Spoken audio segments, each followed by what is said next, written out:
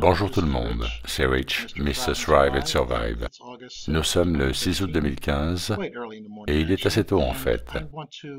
Je voulais vous lire une lettre que j'ai reçue d'un pilote de ligne qui a fait un don pour la cause, notre projet de lancement de ballon prévu pour le 28 septembre. Si vous tombez sur cette vidéo et n'en avez pas entendu parler, j'ai mis tous les liens en description. C'est un excellent exemple de ce que j'appellerais l'intégrité morale, ce que j'ai essayé d'expliquer dans mes vidéos sur l'économie quand tout s'écroulera à cause d'une dépression bien pire que celle des années 30. Ce sera très différent cette fois-ci, tout simplement parce que l'intégrité morale des gens aujourd'hui est détruite. Il reste une pincée de la génération d'avant qui se meurt. Et vous avez la génération que l'on peut appeler transitionnelle, comme la mienne, et ensuite, les générations qui viennent après. Bon, je sais que probablement chaque génération dit ça, des générations futures, mais si vous ne voyez pas la détérioration régulière de la manière dont les gens se traitent les uns les autres ouvertement, le manque de respect qu'ils montrent, les interférences dont ils font preuve dès lors qu'ils peuvent arriver à leur fin. C'est la société du tout d'abord pour moi. Et ça transcende toutes les générations maintenant, car nous avons été programmés pour ça. En fait, quand votre PIB vient pour 70% de la consommation, vous savez que c'est ce qu'ils veulent, une attitude de moi d'abord, fixée sur l'idée de consommer, et au diable le reste, tant que vous arrivez le premier. Ceci dit, j'ai répondu à quelqu'un qui a fait un don pour le projet du ballon et laissé un commentaire.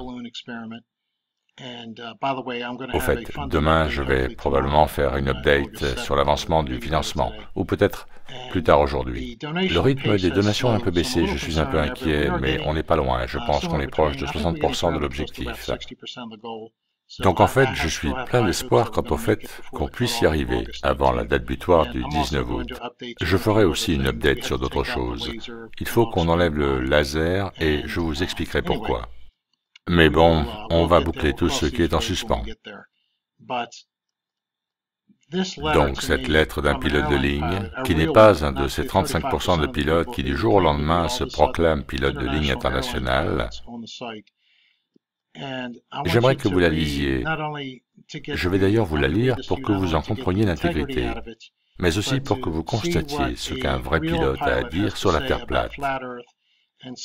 Quelqu'un qui approche la soixantaine et qui le découvre. Donc, ce que j'ai fait, je lui ai écrit pour louer sa générosité, car il a fait un gros don pour le projet. Je l'ai donc vivement remercié pour ce don.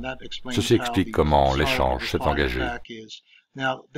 Bon, les seuls changements faits à cette lettre qu'il m'a envoyée sont les infos concernant sa localisation, et également quelques trucs qu'il a glanés sur Internet, car je ne veux pas que les gens soient distraits par d'autres problèmes. Et j'ai appris quelque chose, c'est que ce genre d'infos qui s'écartent du sujet seront reprises par certains, et cela les met sur une mauvaise piste. Donc, s'il vous plaît, gardez en tête cette intégrité morale que j'oppose à, vous savez, comme certains de ces commentaires insultants que vous recevez en guise de réponse, et qui sont vraiment hallucinants, juste parce que vous remettez en cause tout leur système de croyances, ce qui montre encore une fois que la science est vraiment une religion. Et les gens ont cette réaction épidermique que lorsque vous vous en prenez à leur religion. Et c'est exactement ce qu'il se passe. Donc, sans plus attendre, laissez-moi vous lire cette lettre quasiment dans sa version originale. Comme je l'ai dit, j'ai fait 2 petits changements, mais sinon elle est intacte. Et j'ai la permission de son auteur pour vous la lire, qui, je précise, mais bon, vous le verrez, vient d'un pilote. Hi Rich, c'est vous qui devriez être loué pour vos efforts à faire émerger la vérité. Et vous soutenir, c'est soutenir cette action. Je ne suis qu'un abonné récent à votre chaîne YouTube, sur laquelle je suis tombé par les bonnes grâces de Google, avalisant ma recherche pour plus d'infos sur la Terre plate. Concept qui a explosé dans mon cerveau il y a à peu près un mois, et qui m'a finalement décidé d'essayer de comprendre ce qu'il retournait de cette stupidité. Ce qui m'a bien sûr amené à Eric Dubay. J'en ai maintenant lu les 2 livres. Il est génial. WikiWiki, Jeranism et vous. Je dois avouer que cet éclair singulier de vérité m'a carrément fait arrêter, ayant atteint un point de ma vie où les opportunités de le faire sont quasi illimitées. Ma volonté m'a amené à découvrir énormément d'informations ces dernières années sur l'histoire du gouvernement, la métaphysique, l'astrologie, la numérologie, etc. Je suis passé alternativement par la joie, le trouble, l'énervement, l'étonnement, la surprise, la déception, les réactions normales, ressenties lorsque quiconque apprend quelque chose de nouveau à un âge avancé et commence à en faire la synthèse. Ce truc de la Terre plate, par contre, cette planète, m'a mis à terre. C'en était trop. Ça dévoilait le mensonge qui recouvrait toutes les fondations de tout ce que je croyais savoir. Cette possibilité de la profondeur de la conspiration et son objectif m'ont stupéfait et ont détruit ma foi en ce que j'avais accepté possible au-delà de ma propre expérience. J'ai un diplôme en anthropologie passé à l'université d'Austin. Je suis bien plus un autodidacte. J'ai été pendant 15 ans officier et pilote de la Navy avec 2 séjours au Vietnam. J'ai été pilote pour Delta Airlines pendant 26 ans. Pendant ma retraite au moment de l'apparition du TriStar Lockheed 10-11 en 1999. Ce que je trouve maintenant drôle, c'est qu'à un moment, j'ai fait construire une superbe maison sur le flanc d'une montagne au nord de la Géorgie, depuis laquelle la vue, proclamai-je à quiconque voulait bien entendre, était si large et panoramique que je pouvais voir la courbure de la Terre.